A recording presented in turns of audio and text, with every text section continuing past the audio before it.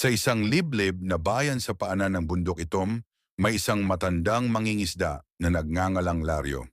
Tahimik ang kanyang buhay, ngunit gabi-gabi siya ay umaakyat sa bundok upang magdasal sa ilalim ng mga bituin. Ayon sa matatanda, may isang mahiwagang bulalakaw na dumarating tuwing kabilugan ng buwan. Sinasabi nilang ang sinumang makakita rito ay bibigyan ng isang kahilingan, kapalit ng isang bagay na mahal sa kanya. Isang gabi habang naglalakad si Lario sa madilim na daan, biglang lumiwanag ang kalangitan.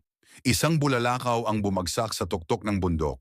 Sa halip na matakot, mabilis siyang umakyat upang makita ito. Doon, natagpuan niya ang isang nilalang na tila gawa sa liwanag. Mata ay kumikislap at tinig ay tila hangin na bumubulong.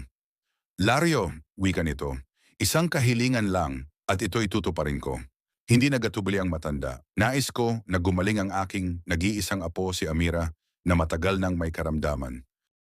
Ngumiti ang bulalakaw.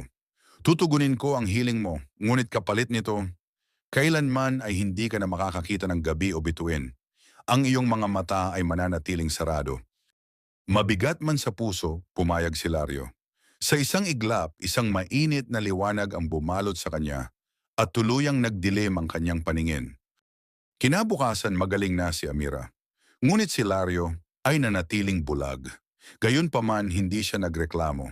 Araw-araw siya ay nakaupo sa harap ng kanyang bahay, nakikinig sa halakhak ng kanyang apo.